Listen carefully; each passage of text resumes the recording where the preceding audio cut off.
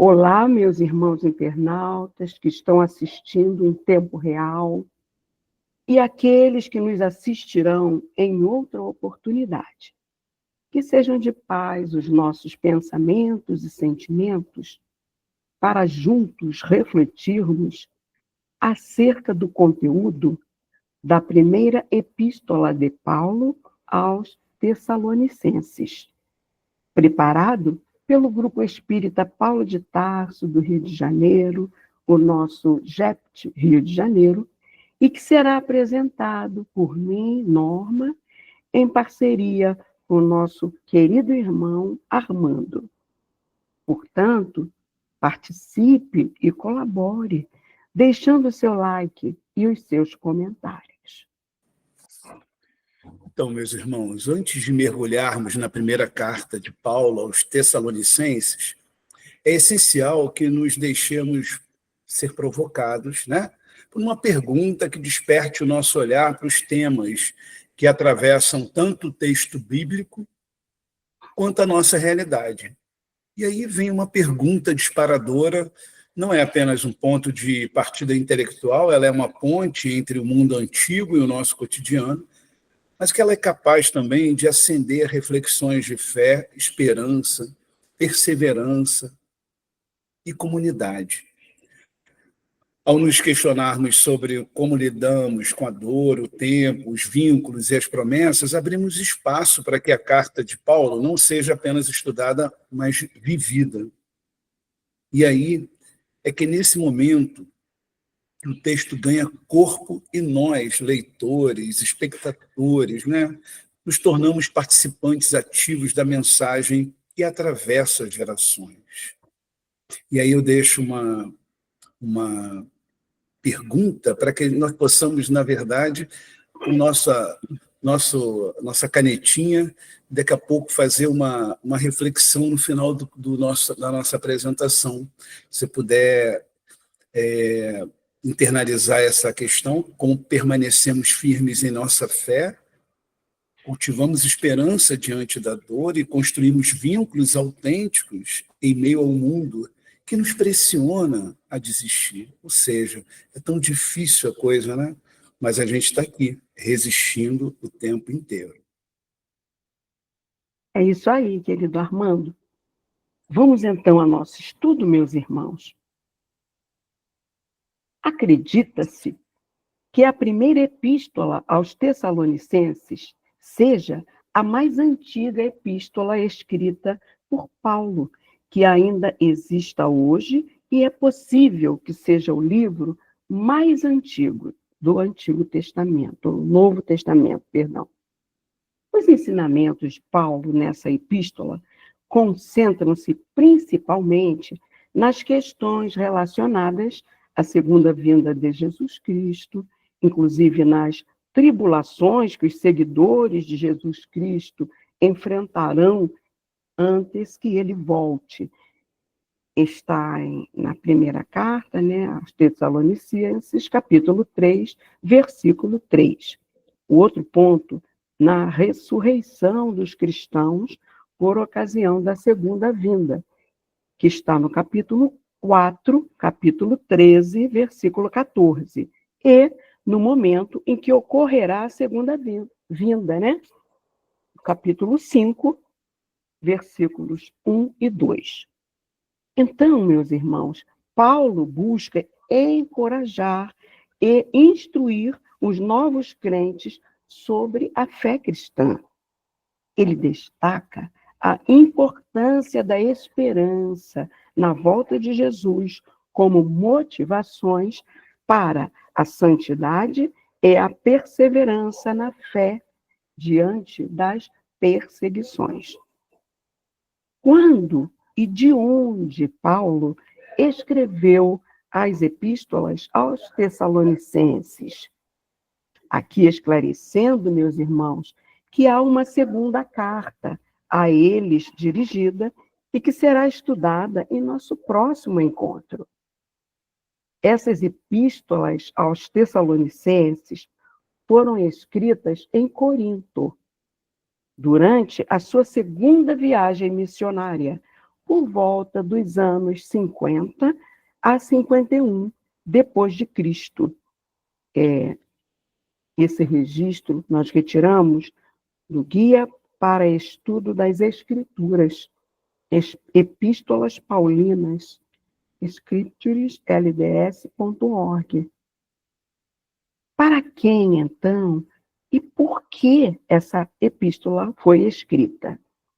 Paulo escreveu essa primeira carta aos Tessalonicenses para os membros da igreja que moravam em Tessalônica, cabendo esclarecer, meus irmãos, que Tessalônica era a cidade mais populosa e próspera do antigo reino grego da Macedônia. Fora edificada no melhor porto natural do mar Egeu, e por ali passava a principal estrada de ligação entre Roma e a Ásia. Vamos lembrar que durante a segunda viagem missionária de Paulo, o Espírito orientou-o a mudar de rota. Nós já vimos isso em outro encontro, né? Para que ele mudasse de rota com os seus companheiros, Silas, Timóteo e Lucas. Assim, eles vão cruzar o mar Egeu, né? E seguir para a Macedônia.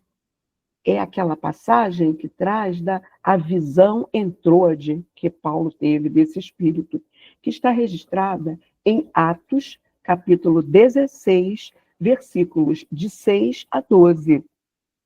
Bom, com isso, iniciou-se a pregação do Evangelho na Europa. Depois de pregarem em Filipos, registros em Atos, capítulo 16, versículos de 12 a 40, Paulo e Silas seguiram para Tessalônica. Em Tessalônica, Paulo seguiu seu costume de ir à sinagoga para discutir as escrituras com os judeus. Paulo e Silas já trabalharam pregando o evangelho. Lá, trabalharam muito naquela igreja. Como consequência da pregação, eles sofreram perseguição por parte dos judeus e foram, meus irmãos, forçados a deixar a cidade, indo para Bereia. A viagem continuou por Atenas e Corinto, de onde o Paulo escreveu essa epístola. Por que Paulo, então, escreveu a carta? Porque ele buscava encorajar e fortalecer a fé dos cristãos na cidade de Tessalônica, que estavam enfrentando perseguição, como ele houvera sofrido antes, por causa de sua fé, e corrigir o mal-entendido sobre a segunda vinda de Jesus. Vamos, então, ao início da leitura da carta? Muito bem. Vamos à leitura do capítulo 1. Paulo e Silvano e Timóteo, a igreja dos Tessalonicenses em Deus, o Pai e no Senhor Jesus Cristo, graça e paz tenhais de Deus, nosso Pai, e do Senhor Jesus Cristo. Sempre damos graças a Deus por vós todos, fazendo menção de vós em nossas orações, lembrando-se, sem cessar da obra da fé, da vossa fé, do trabalho do amor e da paciência, da esperança em nosso Senhor Jesus Cristo, diante de nosso Deus e Pai. Muito bem, meus irmãos. A saudação inicial aos irmãos tessalonicenses é feita por Paulo, Silvano e Timóteo em Deus Pai e no Senhor Jesus Cristo. Cabendo esclarecer que grande parte dos estudiosos concordam que Silvano é Silas, assim como Saulo tem a versão romana que é Paulo. Paulo demonstra, então, gratidão e amor pelos tessalonicenses. Ele abre a carta agradecendo e celebrando a fé daqueles irmãos seu amor ao próximo e sua esperança em Jesus, apesar da perseguição. Isso mesmo. Assim, meus irmãos, Paulo destaca que o trabalho é resultado da fé, que o esforço é motivado pelo amor a Deus e ao próximo, e a perseverança é proveniente da esperança em Jesus Cristo.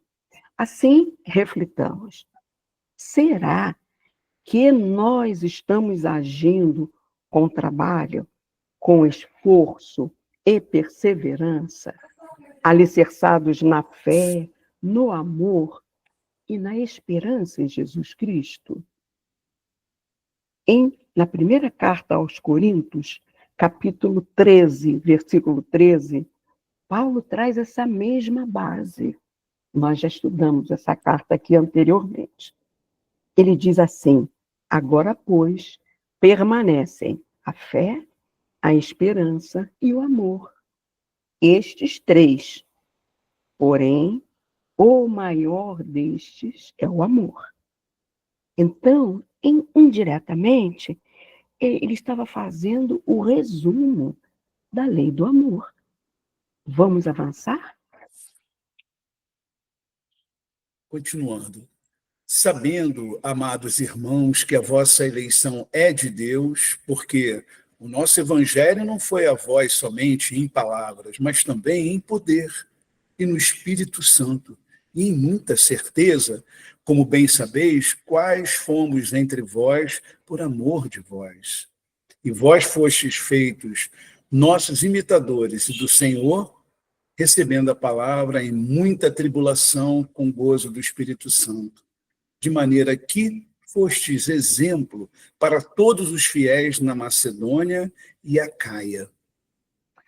Assim, meus irmãos, os cristãos da Tessalônica foram escolhidos por Deus e demonstraram a sua fé através de obras, mostrando que eles não apenas ouviram o Evangelho, mas também o receberam com convicção no Espírito Santo e passaram a praticá-lo. E o impacto do seu testemunho serviu de modelo para outros crentes, não é? Outros fiéis.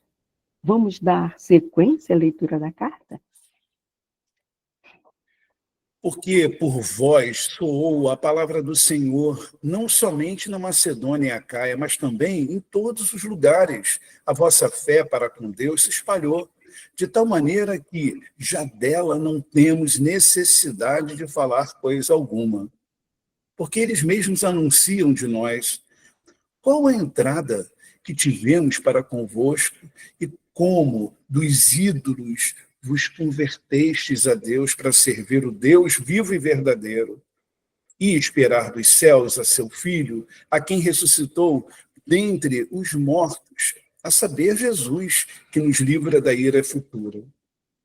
Então, meus irmãos, Paulo diz que a fé dos tessalonicenses era tão notável que a notícia sobre eles se espalhou rapidamente. Eles se tornaram um exemplo de como a palavra do Senhor pode impactar além da Macedônia e Acaia. Eles abandonaram a idolatria para servir ao Deus vivo e verdadeiro. Esta mudança radical é um testemunho da eficácia do Evangelho. Além de impactar em outros, o trecho enfatiza também a esperança dos tessalonicenses na volta do Cristo, quem pode livrá-los da ira futura. E agora finalizamos aqui o capítulo 1 e vamos dar início ao capítulo 2. Porque vós mesmos, irmãos, bem sabeis que a nossa entrada para convosco não foi vã, mas, mesmo depois de termos antes padecido e sido agravados em Filipos, como sabeis, tornamo-nos ousados em nosso Deus por vos falar o Evangelho de Deus com grande combate. Aí, meus irmãos, nós verificamos que alguns teólogos dão a entender que talvez os tessalonicenses tenham recebido outra carta que não era de Paulo. O que importa é que eles ainda tinham dúvida sobre a volta de Cristo. Paulo, então, vai relembrar aos tessalonicenses que a sua visita e ministério entre eles, destacando sua coragem e sinceridade, apesar da oposição que ele teve em Filipos. Ele enfatiza que a visita não foi em vão, pois eles anunciaram, Paulo e os seus cooperadores, né, o evangelho de Deus com ousadia e enfrentaram desafios duros, né, para levar essa mensagem. Essa passagem serve de encorajamento para nós enfrentarmos desafios e permanecermos fiéis. Vamos seguir com a leitura? Porque a nossa exortação não foi o engano, nem com imundícia e nem com fraudulência, mas como fomos aprovados de Deus para que o evangelho nos fosse confiado, assim falamos, não como para agradar aos homens, mas a Deus, que prova os nossos corações. Porque, como bem sabeis, nunca usamos de palavras lisonjeiras, nem houve um pretexto de avareza. Deus é testemunha. E não buscamos glória dos homens, nem de vós, nem de outros, ainda que pudéssemos, como apóstolos de Cristo, servos pesados. Antes fomos brandos entre vós, como a arma que cria seus filhos.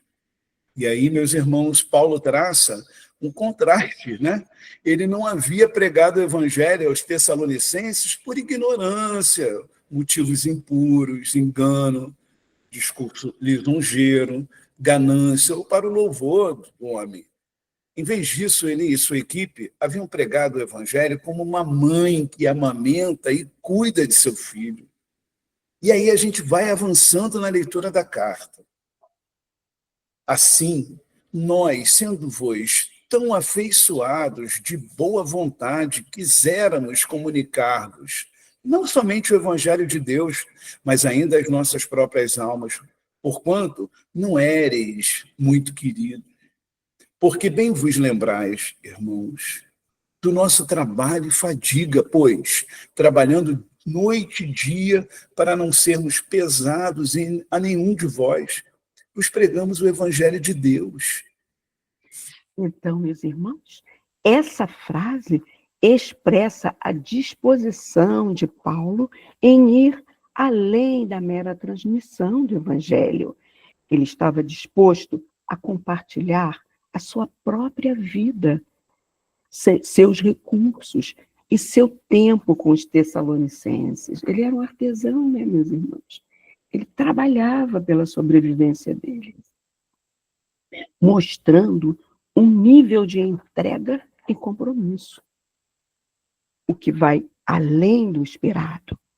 É uma declaração de profundo amor sacrificial e dedicação. Podemos prosseguir?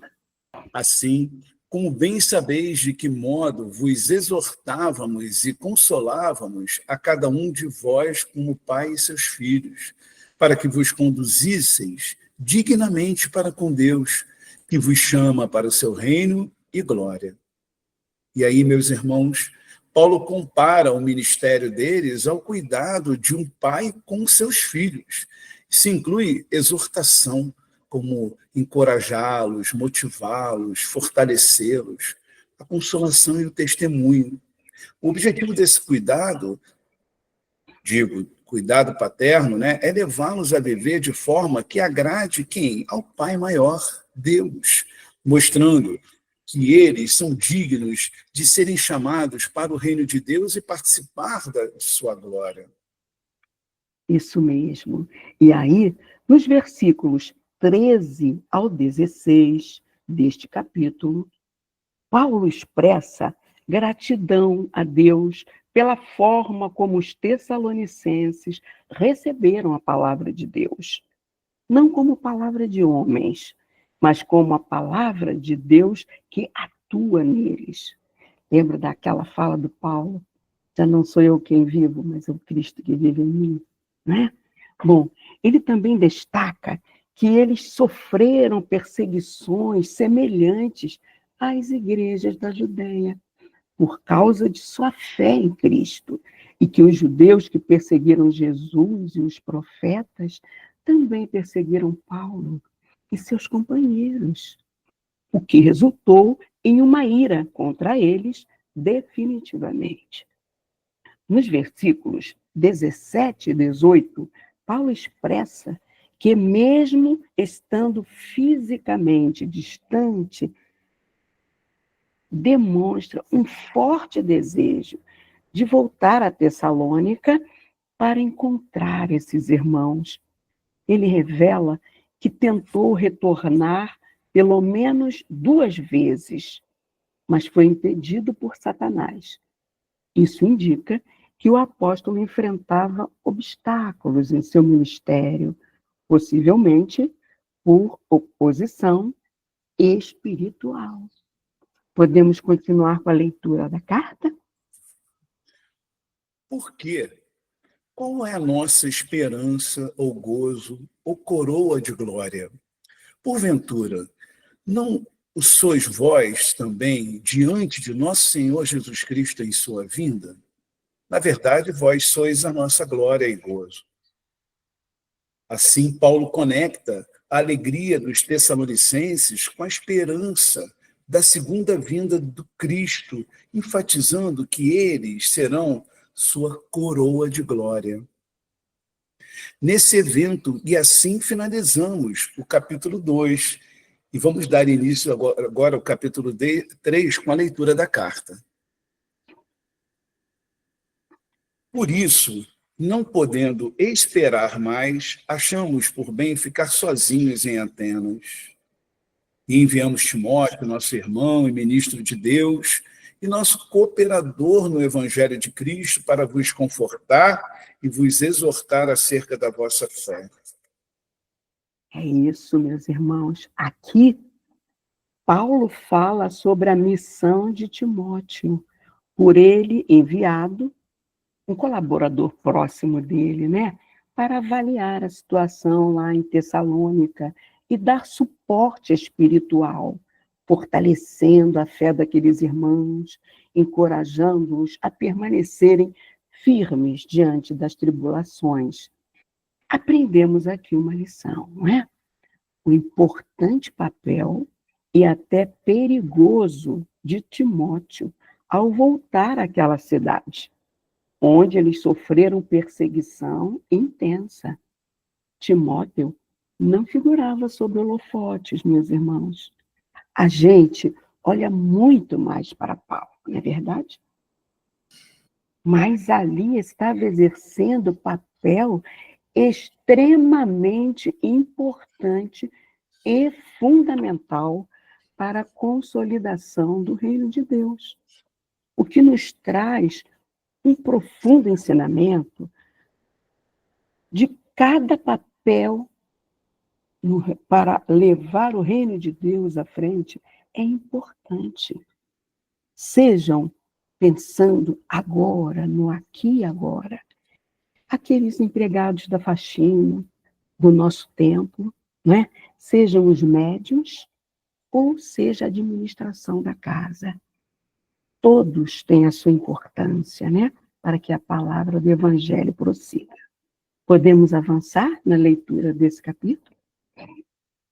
Vindo, porém, agora Timóteo de vós para nós, e trazendo-nos boas novas da vossa fé e amor, e de como sempre tendes boa lembrança de nós, desejando muito ver-nos, como nós também a vós. Meus irmãos, Timóteo vai nessa expedição difícil e, ao regressar, traz boas notícias dessa igreja, que vivia em circunstâncias complexas ali, mas permaneciam na fé. Para a nossa meditação, se a nossa casa fosse hoje visitada por Timóteo, que carta Paulo escreveria para os médios da nossa comunidade de fé? precisamos ser íntegros, dentro e fora do nosso templo, com pensamentos, palavras e atos em consonância com as leis de Deus, para conquistarmos o que? A santidade ou evolução espiritual, como queira dizer. Mas para tal, disse-nos o Mestre Jesus, vigiai e orai. Vamos continuar agora com a leitura da carta. Orando abundantemente dia e noite, para que possamos ver o nosso rosto e supramos o que falta à vossa fé.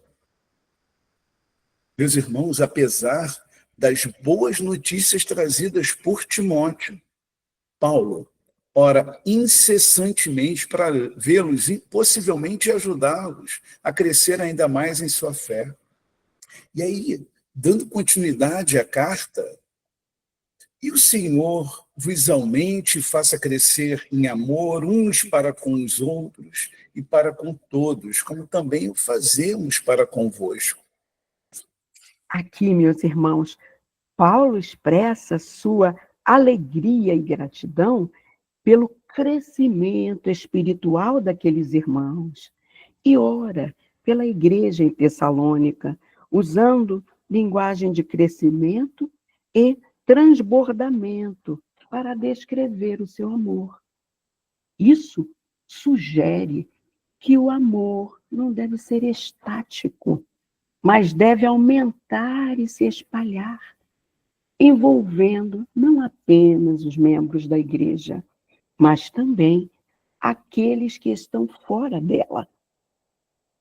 Finalizamos este capítulo 3 e, nesse momento, nós daremos início ao capítulo 4 dessa abençoada carta, não é? Neste capítulo, Paulo vai fazer uma exortação à prática da caridade. Vamos entender que Tessalônica era a capital da Macedônia e, como já dissemos, por aquela região passava a principal estrada de ligação com Roma. Embora tivesse governo próprio, ela era submissa a Roma e à cultura romana. Que estava essa cultura romana muito distante dos padrões da lei de Deus. Influenciava muito, meus irmãos, a vida do povo de Tessalônica. Daí, a orientação do Paulo expressa nos versículos de 1 a 4 e também no versículo 8, a gente vai entender. Vamos à leitura? Então, iniciando a leitura do capítulo 4, finalmente, irmãos, vos rogamos e exortamos no Senhor Jesus que, assim como recebestes de nós, de que maneira convém andar e agradar a Deus, assim andai para que possais progredir cada vez mais. Porque vós bem sabeis que mandamentos vos temos dado pelo Senhor Jesus. Porque esta é a vontade de Deus, a vossa santificação, que vos abstenhais da prostituição, que cada um de vós saiba possuir o seu vaso em santificação e honra, não na compaixão da concupiscência, como os gentios que não conhecem a Deus.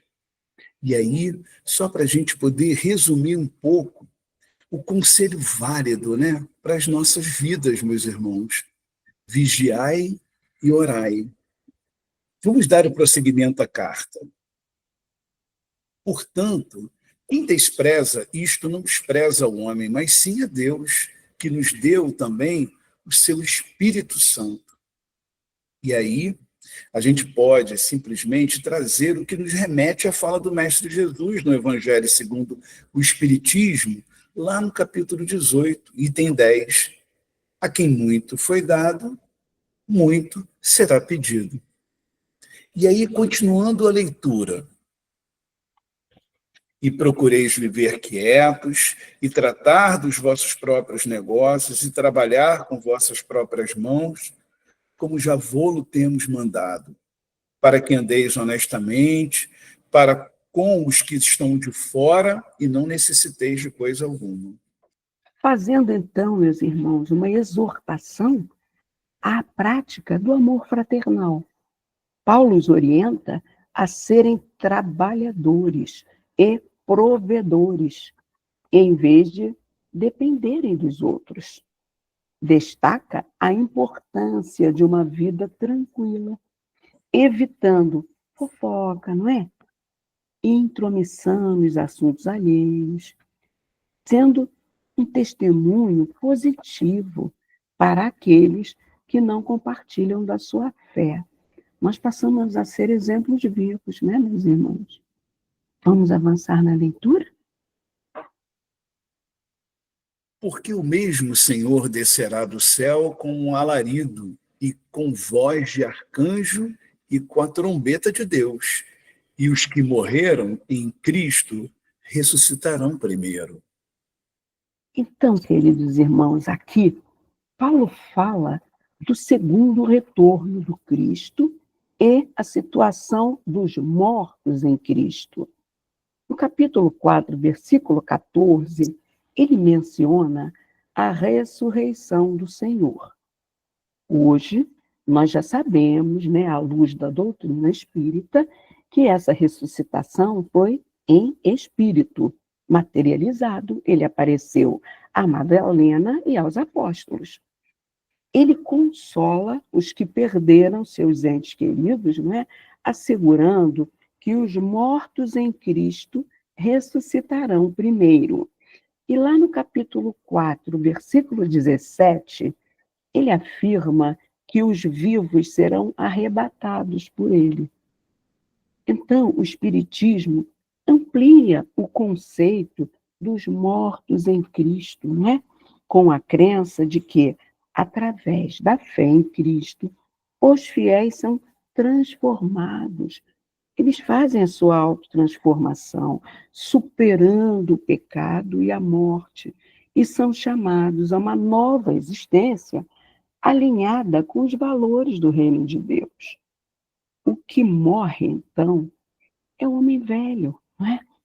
Surgindo aquele homem virtuoso à luz das leis de Deus.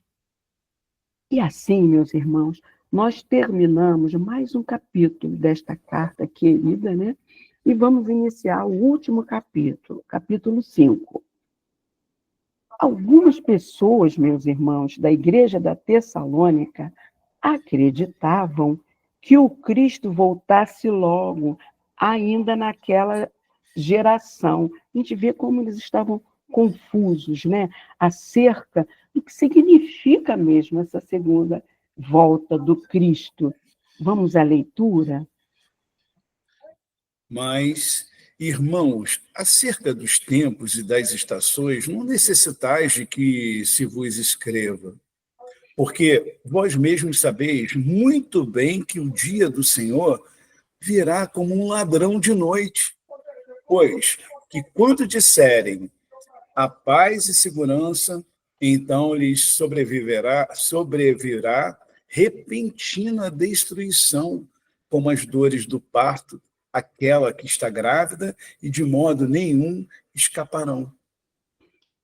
Então, meus irmãos, Paulo lembra aquela igreja que ninguém sabe o dia de volta do Senhor, que deveriam vigiar para estarem alinhados às leis de Deus, pois o encontro acontecerá inesperadamente, similar às dores do parto, chegando para uma mulher grávida, né?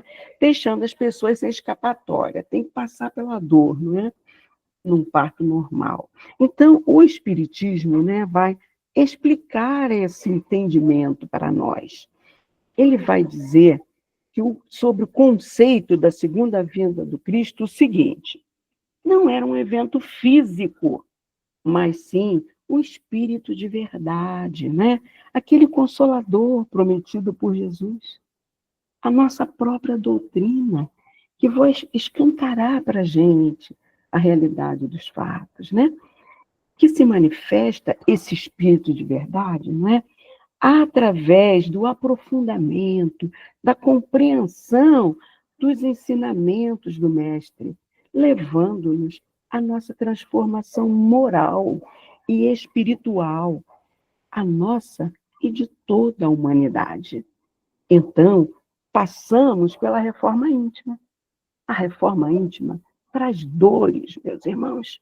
É difícil superarmos aquelas dificuldades que nós insistimos em não abandonar. É muito difícil superar um vício, não é? É muito difícil superar todas as dificuldades que ainda temos com as nossas imperfeições.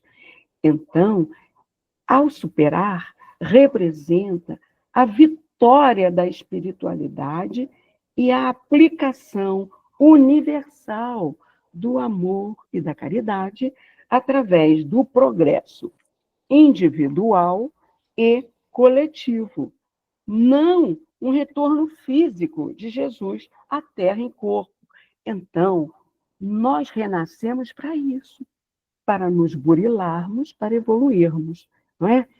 Cada um habitante do planeta Terra evoluindo, vamos influenciando e sendo exemplo para o coletivo se regenerar. Quando predominar a regeneração nos corações dos habitantes do planeta Terra, aí o planeta também estará regenerado, não é verdade? Assim, os filhos da luz não serão surpreendidos, estarão preparados, ao contrário daqueles que vivem em trevas. Os filhos da luz, esses são vigilantes e sóbrios. Então, eles já fizeram o dever de casa. O porquê nascemos, o para que nascemos. Eles buscaram fazer o autoconhecimento para poder progredir na autotransformação, conquistando a autorregeneração. Vamos prosseguir, Armando? Orai sem cessar. Em tudo dai graças, porque esta é a vontade de Deus em Cristo Jesus para convosco. E aí, Paulo, a gente precisa também lembrar que não significa orar continuamente, sem interrupção, mas sim manter uma atitude constante de oração e comunhão com Deus. Orar não é apenas pedir coisas, né? Mas é um diálogo com Deus, onde se pode adorá-lo, agradecer, interceder a busca e buscar sempre a sua vontade. É como eu sempre digo, é ter a intimidade com Deus. E Paulo ensina que em todas as situações devemos ser gratos a Deus, sejam elas boas ou mais difíceis, como a Norma falou, e sempre a vontade de Deus que deve prevalecer. Ele sabe o que precisamos para evoluir. E aí eu vou prosseguindo com a leitura da carta, meus irmãos. E o mesmo Deus de paz vos santifique em tudo, e todo o vosso espírito e alma e corpo sejam plenamente conservados, irrepreensíveis para a vinda de nosso Senhor Jesus Cristo. E aí, meus irmãos, nós vamos entender que Paulo não está dividindo o ser humano em partes, né? Mas enfatizando apenas que a santificação deve abranger o ser integral, o homem integral, né? O espírito, né, que é imortal, ele continua a evoluir, mesmo na pátria espiritual, não é? A gente não vê nas leituras aí da obra de Chico o trabalho, né, do espírito de André Luiz, como ele evoluiu lá, e outros tantos, como Silas, no livro Ação e Reação, não é? Se relacionando com a dimensão espiritual, o nosso progresso continua. E a alma é quando o espírito está encarnado na matéria, né? Passando pelas emoções e os sentimentos, né? Relacionando-se, né, com essas emoções e sentimentos aqui na matéria, junto com o corpo físico, que é a dimensão física. Entendendo assim? Vamos avançar para finalizarmos essa leitura, né? A todo tempo estamos evoluindo, né? Depende de nós. Pelo Senhor vos conjuro que esta epístola seja lida a todos os santos irmãos. A graça de nosso Senhor Jesus Cristo seja convosco. Amém. Lindo, né? Ele termina como uma oração, essa maravilhosa carta aos Tessalonicenses. Então, ele reforça a importância, meus irmãos, da leitura e divulgação da epístola para toda a igreja, enfatizando a graça de Cristo como fonte de bênçãos e santificação, o que é importante para todos nós. Meus irmãos, nesse momento final, queremos agradecer imensamente a atenção de todos e vamos para o nosso momento reflexivo, buscando a nossa pergunta disparadora. Como permanecemos firmes em nossa fé, cultivamos esperança diante da dor e construímos vínculos autênticos em meio a um mundo que nos pressiona a desistir? É porque é difícil. De muita fé, né? Exatamente. A Norminha falou, a reforma íntima é a base de muita dor. E aí, aquela coisa, é muito mais fácil você desistir do que você resistir à situação.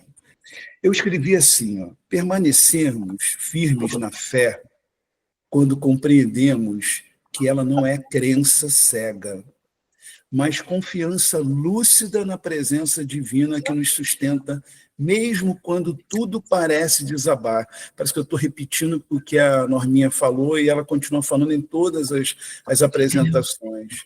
Emmanuel nos ensina que a dor é ferramenta de lapidação da alma e que a esperança nasce da certeza de que nenhum sofrimento é inútil diante da pedagogia de Deus. Cultivar esses vínculos autênticos nesse contexto, né, exige que nos despojemos das máscaras sociais e nos apresentemos com humildade, oferecendo escuta ativa, né, acolhimento e serviço. Em um mundo que nos pressiona a desistir, eu comecei a minha fala assim, Paulinho, a perseverança espiritual se torna a resistência amorosa.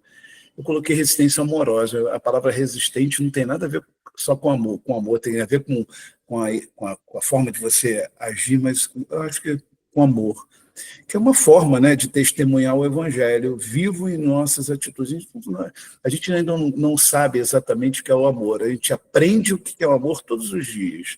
Às vezes a gente desaprende, faz uma recuperação contínua, volta, faz uma recuperação de final de ano, aprende que é amor, cara, você não está indo direitinho aí. É mais ou menos assim.